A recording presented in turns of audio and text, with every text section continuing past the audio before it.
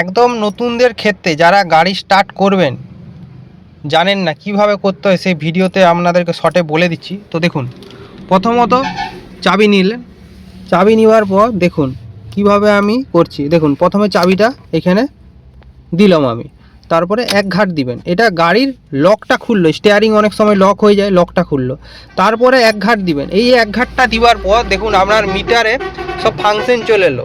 এইখানে আপনাকে 1-2 second hold করতে হবে। আমি বুঝাচ্ছি আরেকবার। অফ করলাম এক ঘাট, এই দেখুন অন করলাম, দেখুন কত লাইট এলো। এই লাইটগুলাই দেখুন অনেক লাইট চলে গেল, তার মানে এবারে ইঞ্জিন স্টার্ট হওয়ার জন্য প্রস্তুত আছে। তো এবারে কি করতে হবে, এবারে আমাদেরকে গাড়িটা গিয়ারে আছে নাকি আগে দেখে নিতে হবে। ক্লাচ করবেন, গাড়িটা নিউট্রালে আছে নাকি সেটা দেখে নেবেন। তো এখনকার গাড়ি ক্লাচ টিপেই কিন্তু আপনাদেরকে স্টার্ট করতে হবে। ক্লাচটা টিপে রাখবেন, নিউট্রাল গিয়ারে থাকলেও সমস্যা নেই যেহেতু ক্লাচটা টিপে আছে। তো এবার দেখুন, এবারে আপনাদেরকে এইরকমভাবে ঘুরিয়ে দিবেন, দেখুন গাড়ি স্টার্ট হয়ে গেল।